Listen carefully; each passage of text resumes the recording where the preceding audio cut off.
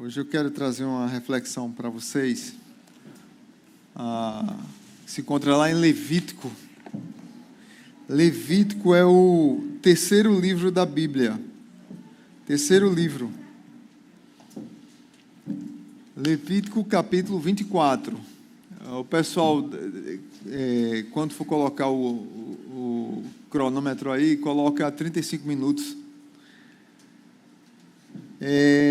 Levítico é o terceiro livro da Bíblia, é um livro faz parte do Pentateuco, né? Da lei. E tem um texto que tem ardido em meu coração. Já preguei aqui na igreja, mas faz muito tempo, muitos anos. E esses últimos 15 dias Deus tem me incomodado muito para falar sobre esse assunto aqui com vocês. É sobre manter a lâmpada acesa, sobre reacender a chama espiritual, sobre manter a vida espiritual consagrada ao Senhor, aos pés do Senhor. Acho que nesse mundo que a gente vive, tão corrido, tão maluco, a gente vem desprezando tempos de devoção a Deus. E aí esse texto vai falar um pouco sobre isso. Diz assim, capítulo 24, do verso 1 ao 4. Disse o Senhor a Moisés: ordene aos israelitas que tragam azeite puro de oliva batida para as lâmpadas, para que fiquem sempre acesas.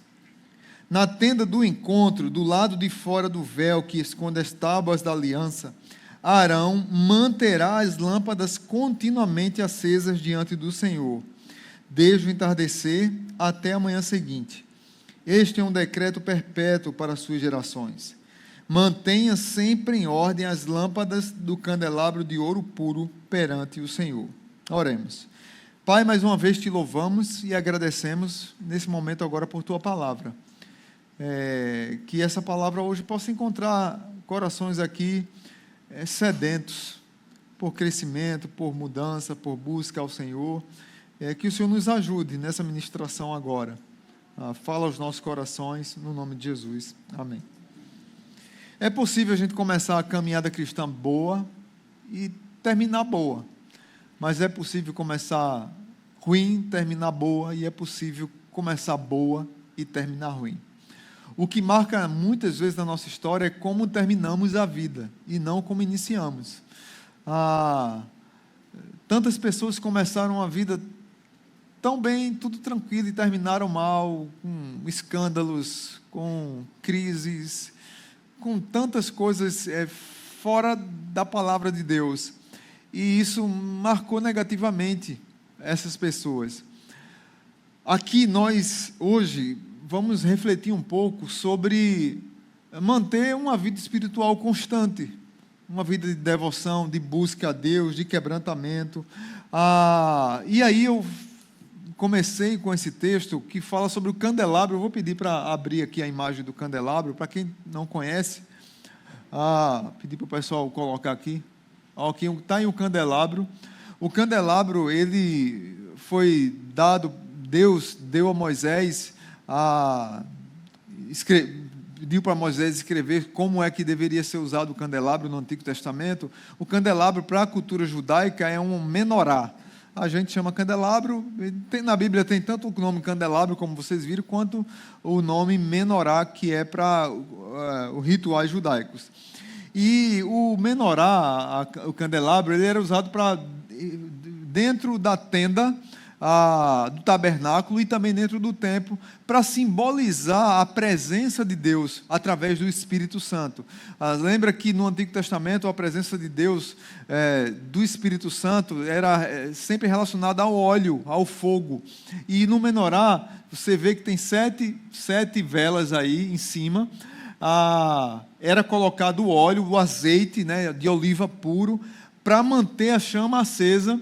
E aí os sacerdotes tinham que todo dia, à tarde até o amanhecer, manter isso aí aceso para simbolizar a presença de Deus. Quando você vai para o Novo Testamento, o candelabro representa a comunidade, a igreja. Você vê lá em Apocalipse falando que o candelabro são as 7 igrejas da Ásia Menor, e aí representa a igreja. Pode tirar. Pode tirar aí, colocar a logo da igreja. Mas ainda no Antigo Testamento, eu quero ler um texto de Zacarias, capítulo 4, que nos ensina um pouco sobre esse simbolismo do candelabro. Se você quiser abrir, se não quiser, não tem problema. Zacarias, capítulo 4, versículo do 1 ao 6. Diz assim o texto: Depois, o anjo que falava comigo tornou a despertar-me como desperta alguém do sono, e me perguntou: o que você está vendo? E eu respondi: vejo um candelabro de ouro maciço, com um recipiente para azeite na parte superior, e 7 lâmpadas e 7 canos para as lâmpadas. Há também 2 oliveiras junto ao recipiente, uma à direita e outra à esquerda. Perguntei ao anjo que falava comigo: o que significa isto, meu senhor? Ele disse: você não sabe? Não, meu senhor, respondi. Esta é a palavra do Senhor para Zorobabel, não por força, nem por violência, mas pelo meu Espírito, diz o Senhor dos Exércitos. Esse aqui é o simbolismo no Antigo Testamento para mostrar que o azeite, que o fogo, que a luz representava a presença do Espírito Santo. E aí, eu quero olhar para esse texto, volta aí para Levítico capítulo 24, olhar para esse texto e trazer 3 breves lições aqui sobre a nossa vida espiritual. Por que isso tem me incomodado? Porque começa na minha própria vida. Eu não estou aqui apontando ninguém, eu estou falando aqui como alguém que falha muito por conta de tantas ocupações, de me preocupar com tantas pessoas, com tantas coisas, que muitas vezes a gente vai deixando a nossa vida devocional para a última hora, para a hora do cansaço, para a hora que a gente não aguenta mais. E aí, meus irmãos, isso pode ser trágico para a vida, pode ser não, é trágico para a vida de um cristão. Isso pode levar você a esfriar na fé. E aí, o meu desafio aqui para a minha vida hoje e para a sua vida é como é que a gente pode fazer para manter a lâmpada espiritual acesa. Como é, pastor, que eu posso fazer para que o meu coração volte a arder, volte a queimar, que a minha vida espiritual volte a vibrar, que as pessoas possam olhar para mim e ver a luz do Senhor, ver o fruto do Espírito Santo na minha vida? E aí quero trazer 3 lições aqui básicas, começando no versículo 2. Como é que eu faço para manter a lâmpada acesa? Primeiro, tendo uma ação. Primeiro nós temos que agir. Manter a lâmpada acesa nos convida a uma ação. Verso 2, veja o que aqui diz o verso 2 do capítulo 24. Ordene aos israelitas que Deus vai mandar o azeite. É isso que está dizendo aí? Ordene aos israelitas que tragam azeite puro de oliva batida para as lâmpadas, para que fiquem sempre acesas. Eles que tinham que trazer. Eles que tinham que dobrar, arregaçar as mangas e buscar o azeite, pegar na árvore, prensar, fazer todo aquele processo e levar o azeite de oliva puro para que o candelabro mantivesse aceso. O que é que nós temos que fazer? Nós temos que providenciar, nós temos que buscar. O óleo da presença do Espírito na nossa vida deve ser buscado intensamente. Domingo passado eu estava num retiro de casais lá na ilha de Itamaracá, lá em Recife. E lá em Recife não, em Itamaracá, né? Em Pernambuco. E estava lá uma pessoa que marcou muito a minha vida, que me discipulou eu e Geisa no início do nosso casamento. Um casal que pegou a gente, cuidou da gente, discipulou, nos orientou. Nem imaginava na minha vida um dia ser pastor, e tinha esse casal que cuidou muito da minha vida durante quase 2 anos, da minha e da de Geisa. E aí ele estava nessa conferência também, e ele me disse uma coisa que me chamou a atenção, eu nunca tinha parado para pensar por esse ângulo. Moura, o nome dele. Moura disse: pastor, você pode chegar na frente da igreja e perguntar assim: quem tem o Espírito Santo? Nós entendemos que o crente, quando entrega a vida a Jesus Cristo, ele é batizado e recebe o Espírito Santo naquele momento. Estamos ok aí. Todo mundo crê nisso, né, gente? Tem alguém que não crê? Quem é crente já recebeu o Espírito Santo, amém? Amém. já foi batizado, já tem o Espírito Santo na sua vida, foi selado, isso mesmo, foi selado. Você foi selado pelo Espírito. Mas a mesma igreja, você pode fazer uma outra pergunta. De se você tem o Espírito Santo, mas você é cheio do Espírito Santo. E aí eu nunca tinha parado para pensar por essa maneira tão confrontadora, mas é o estilo de Moura mesmo. E eu fiquei assim, caramba, eu disse, é mesmo. É uma pergunta retórica, não precisa responder. Quem aqui é cheio do Espírito Santo? Não precisa responder. Você e Deus. Mas por que a gente pode fazer essa pergunta? Porque lá em Efésios, o apóstolo Paulo diz que nós não nos devemos embriagar com vinho, mas devemos nos encher do Espírito Santo. Cara, e isso me pegou. Eu já estava com essa mensagem aqui no coração, me incomodando há uns 15 dias, e aí quando veio com essa palavra, Moura, aí me lembrei de Jeremias, capítulo 29, que diz assim: então vocês clamarão a mim, virão orar a mim, e eu os ouvirei, vocês me procurarão e me acharão, quando me procurarem de todo o vosso coração. Nós precisamos buscar, irmãos. Primeira lição aqui, como é que eu mantenho a lâmpada acesa? É agindo. Eu tenho que agir, eu tenho que trazer o azeite, eu preciso fazer alguma coisa. Nós precisamos parar de querer comparar, de querer aproveitar a vida espiritual do outro, do nosso líder de cela, do nosso líder de ministério, dos nossos pastores. Não, a vida espiritual, já que eu estou nessa igreja aqui, já que eu estou numa célula muito legal, os líderes são um homem e uma mulher de Deus, um casal abençoado, então eu já estou aqui espiritualmente pronto. Não é porque você anda com alguém espiritualmente preparado, tampa aquela pessoa abençoada, que a sua vida está boa. Não, você precisa buscar a Deus para ter a sua experiência espiritual com Deus. Não é a experiência do outro pode me abençoar, pode me estimular, pode me empurrar, pode fazer com que eu cresça, mas eu preciso ter as minhas experiências com Deus. Lá em Gênesis, quando vai falar do Deus de Abraão, Isaac e Jacó, até falar Jacó, sempre só fala o Deus de Abraão e Isaac. Até Jacó ter um encontro com Deus num val de Jaboque. Antes disso, você vai ver o Deus de Abraão e de Isaac. Mas Jacó tem um encontro com Deus, e Jacó luta com o anjo.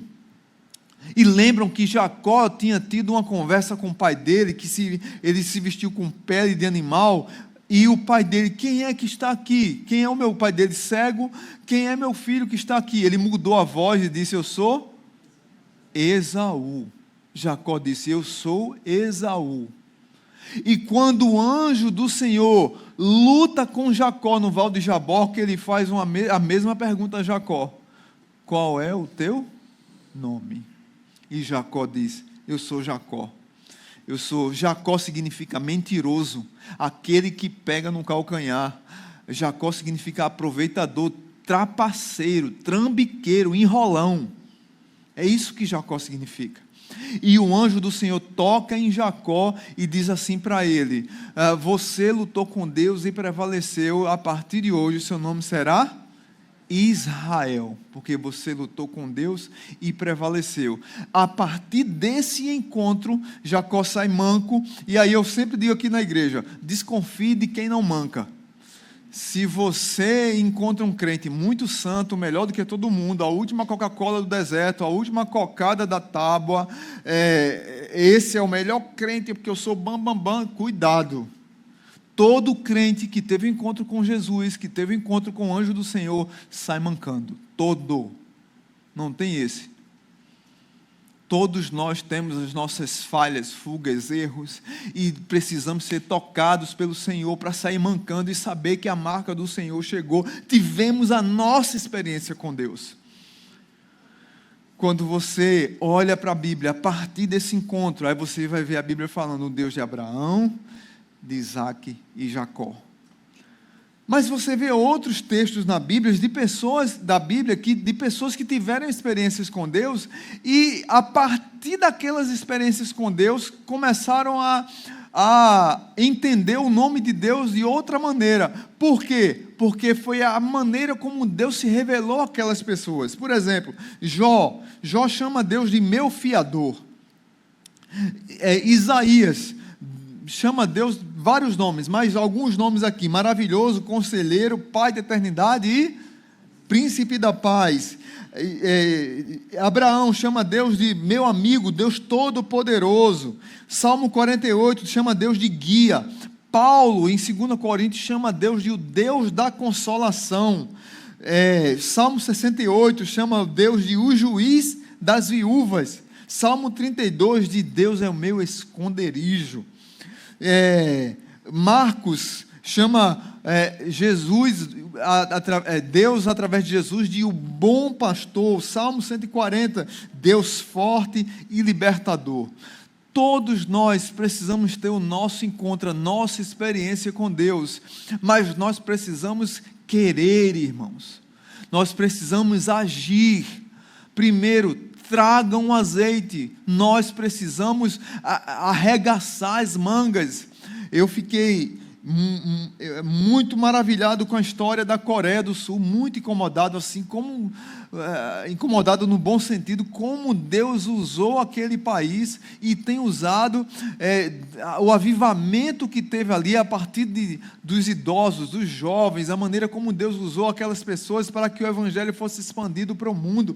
Um país que era há 70 anos atrás estava entre os 10 países mais pobres do mundo. Hoje, 70 anos depois, está entre os países mais ricos do mundo. E graças ao cristianismo, graças ao movimento de Deus, graças aos missionários que foram para ali pregar, aquelas pessoas se derramaram na presença de Deus, buscaram a Deus, pessoas que oravam, que liam a Bíblia, que pregavam.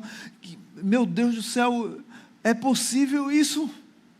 É possível buscar a Deus e crescer, é possível buscar a Deus e uma nação ser impactada. Fiquei impactada com um evento que nós fomos, que enquanto estávamos no evento, 5.000 pessoas estavam orando pelo evento de várias igrejas da Coreia. Disse, meu Deus do céu, a pessoa passa uma semana parando para orar por um evento que ela nem vai. O nome disso é intimidade com Deus. O nome disso é agir, é buscar, é querer crescer, é avançar, é nos derramar na presença de Deus. E aí, parto para a segunda lição. Como é que eu mantenho a lâmpada acesa? Primeiro, agindo, trazendo o azeite. Segundo, praticando, é a prática. Veja o verso 3, por favor. Verso 3. Na tenda do encontro, do lado de fora do véu que esconde as tábuas da aliança, Arão, aí se você quiser grifar na sua Bíblia aí, Arão manterá as lâmpadas continuamente acesas diante do Senhor, desde o entardecer até a manhã seguinte. Este é um decreto perpétuo para as suas gerações. Essa prática era extremamente importante. Você viu aí como era o candelabro. O candelabro era um objeto, na verdade, era o objeto mais valioso dentro do tabernáculo. Ele era de ouro 24 quilates, ouro fundido, maciço, e pesava 25 quilos. Tudo isso para revelar a importância que Deus dá ao seu Espírito e a ação do Espírito no povo.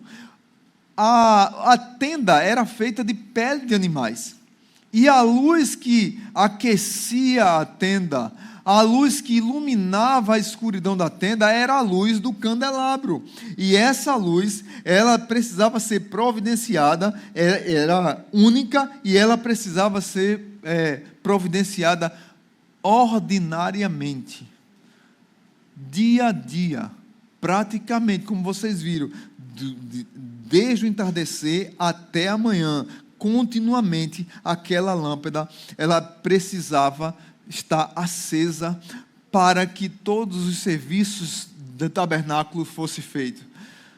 E aí, trazendo para a nossa vida, nós precisamos ordinariamente buscar a Deus para o crescimento espiritual.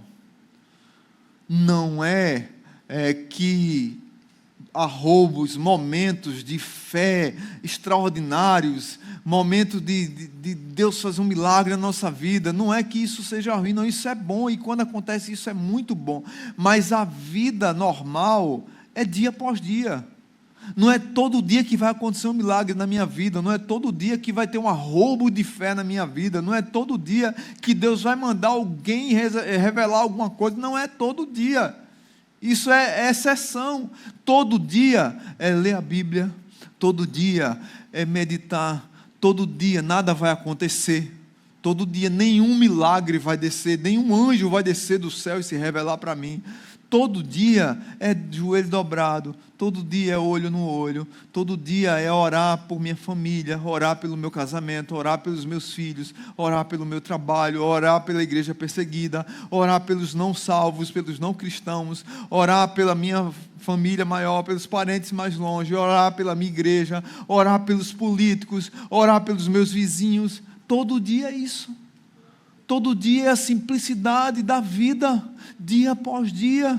Não tem desculpa, irmãos, de nós não meditarmos na palavra de Deus, num mundo que nós vivemos com tantas opções. A gente não está na Coreia do Norte, a Coreia do Norte, o pessoal, os brasileiros, como eu já contei aqui dia desses, os brasileiros vão para a Coreia do Norte como profissionais, recitam a Bíblia lá, e eles ficam bebendo, ouvindo a Bíblia, para que fique memorizado na mente deles, e todo dia eles repetem aquele texto da Bíblia para não esquecer, porque lá eles não podem ter uma folha da Bíblia, eles não podem ter a Bíblia, porque se tiver na Coreia do Norte um cristão com Bíblia, ele é preso, é crime lá na Coreia. Aí nós aqui temos Bíblia, nós temos o YouVersion, né? No nosso celular. Não, eu não gosto de ler, eu não tenho tempo para ler, eu tenho dificuldade de leitura. Não tem desculpa, você pode ouvir a Bíblia. Você pega o seu celular, você abre o YouVersion lá, tem lá várias versões, e você pode colocar para ouvir. Então você pode ouvir uma versão, ou você pode ouvir uma interpretação. Você pode ver uma leitura, a pessoa está lendo a Bíblia como se fosse você lendo, ou você escuta uma interpretação do que está acontecendo no texto sagrado. O que não pode é você dizer que não tem tempo. Em 24 horas do dia, você não tem 5 minutos, 15 minutos do seu dia para se consagrar a Deus, para buscar a Deus, para orar a Deus, para dobrar os seus joelhos, para ordinariamente manter a lâmpada acesa. Ordinariamente praticar uma vida espiritual, para que os meus filhos vejam isso, para que os meus filhos sejam impactados pela minha vida. Meus irmãos, nós estamos ocupados demais, nós estamos estressados demais, nós estamos atarefados demais, e nós não temos 5 minutos do dia. Ontem, na reunião de mulheres, a irmã Valéria estava fazendo a dinâmica lá, e ela falou sobre como você ter uma vida espiritual constante, buscar a Deus, orar, separar 5 minutos do dia, como isso vai mudar a sua vida e vai impactar a vida dos que estão ao seu redor. E é verdade isso. Muda, porque a vida vai sendo iluminada, o Espírito Santo vai queimando, vai ardendo no nosso coração, a nossa vida vai mudando, nossa vida vai sendo moldada, e nós agimos porque a gente foi buscar o óleo, a gente foi lá para manter a lâmpada acesa, e a gente agora está praticando a vida espiritual, lendo a Bíblia, sendo sal da terra, sendo luz do mundo, e não com a vida escura, atrapalhada, uma vida torta, uma vida longe do Senhor. Nós precisamos, em nome de Jesus, entender uma coisa de uma vez por todas: o maior responsável pelo meu crescimento espiritual sou eu mesmo. Para de pôr a culpa na igreja, para de pôr a culpa no teu líder de célula, para de pôr a culpa no teu líder de ministério, para de pôr a culpa num pastor tal. Não, você é responsável para sentar seu bumbum na cadeira, todos os dias, abrir sua Bíblia, orar, ler a Bíblia, meditar na palavra, pedir a graça de Deus pelo aquele momento, fazer sua devocional, ter a sua busca por Deus, dizer agora não, agora eu vou ler a Bíblia, li um capítulo da Bíblia. Nós temos aqui Bíblia, irmãos, para que você leia a Bíblia em um ano. Já vem os versículos tudo separado, um capítulo do Antigo, um capítulo do Novo, um Provérbios e um Salmo. Todo dia você lê 365 dias, no ano você lê a Bíblia, ela está pronta. Não precisa nem eu procurar, já está pronta. E a pessoa dizer que não tem tempo, não tem desculpa. Porque hoje se tem produzido muita coisa para que nós possamos crescer espiritualmente. Nós é que não queremos, nós é que desprezamos, nós é que estamos cheios de telas demais, cheios de TV demais, cheios de compromisso demais e menos intimidade com Deus. A minha oração é que você saia daqui hoje com essa convicção: o maior responsável pela minha vida espiritual sou eu mesmo. Amém? Esse amém aí, eu acho que a turma não gostou não. E por último, como é que eu mantenho a lâmpada acesa? Manter a lâmpada acesa é um convite à poda. Versículo 4, veja o que diz o versículo 4. Mantenha sempre em ordem as lâmpadas do candelabro de ouro puro perante o Senhor.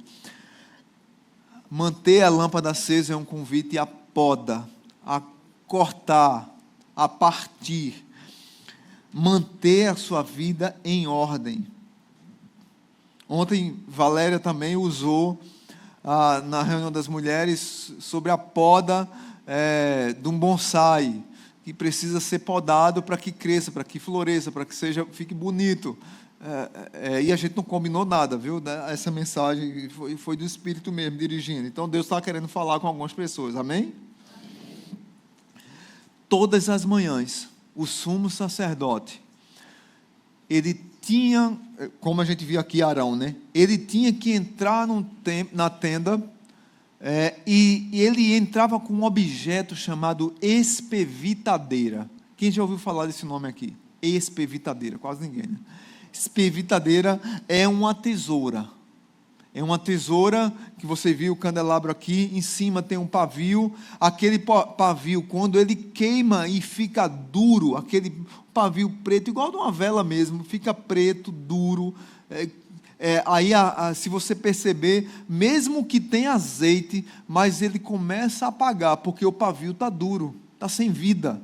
Então, o sacerdote, ele tinha que ir com a espevitadeira e cortava, ele encaixava bem em cima lá e cortava justamente o pavio. Aí surgiu um novo pavio, e esse pavio, aí vinha o oxigênio e o fogo voltava a iluminar. Então, o sacerdote tinha que cortar esse pavio, que o nome se chama morrão. Muitos de nós estamos como um morrão, endurecidos, longe do Senhor. Abandonamos as práticas espirituais que celebram a disciplina espiritual. Abandonamos uma vida devocional a Deus e nós vamos, sem perceber, nós vamos perdendo a intensidade da luz. E aí, meus irmãos, nós precisamos nos submeter, e isso de maneira maravilhosa, porque é um ato de amor. Nós precisamos nos submeter à espevitadeira de Jesus Cristo. Jesus Cristo diz lá em João capítulo 15, versículo 1 e 2, eu sou a videira verdadeira, e meu Pai é o agricultor. Todo ramo que estando em mim não dá fruto, ele corta, e todo que dá fruto, ele poda, para que dê mais fruto ainda. Nós, muitas vezes, endurecemos a casca da vida, e nós não vamos percebendo que perdemos a flexibilidade do Espírito Santo agindo em nossa vida. daquele amor que excede todo entendimento, daquele óleo que queima a nossa vida, e nós vamos crescendo, mudando e moldados pelo Senhor. Se tem uma música que fala uma verdade, uma música secular aqui, eu prefiro ser essa metamorfose ambulante do que ter aquela velha opinião formada sobre tudo. Aqueles que são mexidos, tocados pelo Espírito Santo, eles vão mudando, vão crescendo, vão desenvolvendo, vão sendo aquecidos. Mas tem pessoas que preferem ficar duros como um morrão, como um pavio preto, queimado, e acham que está tudo bem, mas a vida espiritual é uma desgraça. Há muito tempo que está longe de Deus. Há muito tempo que abandonou a leitura da palavra, há muito tempo que a vida ficou dura. Deus está dizendo, olha, você tem que ir por esse caminho. A pessoa dura e inflexível diz, não, mas o meu caminho é por esse aqui, porque eu cresci assim, eu nasci assim, vou morrer assim. Morre, desgraçado. Porque Deus está dizendo que é para tu ir por aqui, você está dizendo que é para ir por aqui, então morra. A teologia da Gabriela, né? Eu nasci assim, eu cresci assim, vou morrer assim. Teologia do inferno. Deus está dizendo, não faça isso, aí você faz. Deus está dizendo, cuida da tua família, cuida do teu casamento, cuida da tua esposa, cuida dos teus filhos. Você não faz. Cuida da tua vida espiritual, sopra, queima, deixa esse fogo arder, pede para o Espírito Santo mudar a tua vida, traz, faz, trabalha, corre atrás, e você não faz. Vai se acostumando com pecados. A vida vai endurecendo, vai se acostumando com mentiras, com mágoas, com fofoca, com desejos lascivos, com tramas, com inversão de valores, com falta de oração, com falta de fé, com frieza espiritual, e não vai percebendo que o pavio está se esmaecendo, eu acho que o nome é esse, esmorecendo, vai morrendo, vai acabando. O apóstolo Paulo diz lá em 2 Timóteo capítulo 1, verso 6, aviva o dom que há em ti. A palavra que Paulo usa lá é sopro. Aviva, assopra o dom que há em ti, assopra o Espírito. Você precisa fazer alguma coisa para a sua vida espiritual voltar a ser como era, e se nunca foi, que seja a partir de agora. Mas você não pode manter a lâmpada apagada. A poda do Senhor, irmãos, a poda de Jesus, e Jesus é o nosso sumo sacerdote, né, que tem acesso ao nosso tabernáculo. E esse tabernáculo, essa casa aqui, que Jesus entre na nossa casa e possa podar a nossa vida. Nós precisamos, sim, cortar algumas coisas da nossa vida. E aí Jesus está lá disponível para cortar e para podar algumas coisas na minha vida e na sua vida. Jesus está disponível para que a nossa vida não se enfraqueça, para que a nossa vida não morra, para que a nossa vida seja reacendida, para que as pessoas que chegam perto de nós possam ser impactadas, tocadas, abençoadas por nossas vidas. Que na minha vida e na sua vida, nós possamos sair daqui hoje com 3 lições. Como é que eu mantenho uma lâmpada acesa? Primeiro, agindo, traga o azeite. Segundo, praticando, mantenha a lâmpada acesa continuamente, dia após dia, e sendo podado, mantendo o candelabro em ordem. Nós precisamos fazer essas 3 coisas para que Deus continue agindo na nossa vida e que nós sejamos ricamente abençoados, que as pessoas possam ver a luz do candelabro brilhando em nós, a luz do Senhor brilhando em nossas vidas. Amém? O maior responsável pela nossa vida espiritual somos nós mesmos. Não é ninguém mais. Somos nós mesmos. Curva a sua cabeça e vamos agradecer ao Senhor. Pai Santo, mais uma vez te louvamos. Agradecemos pelo teu cuidado sobre nós, nossas vidas. Obrigado por tudo que o Senhor já falou aos nossos corações hoje, de maneira muito especial com o coral.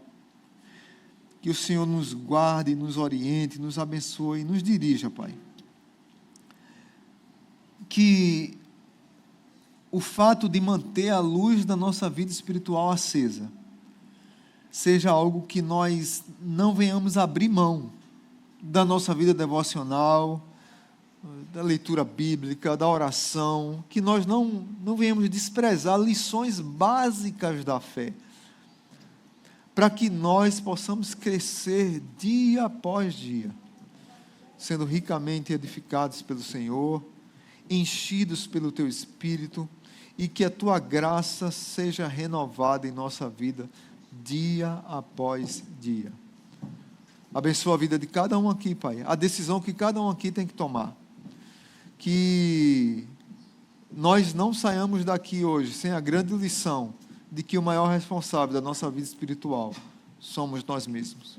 Que cresçamos e que as vidas que estão ao nosso redor sejam edificadas, porque vem em nós a luz de Jesus, a luz do candelabro, o fogo do Espírito, o azeite do Espírito, que as pessoas vejam isso em nossa vida e que nós possamos abençoar tantas vidas que o Senhor colocar ao nosso redor, no nome de Jesus, para a glória de Jesus.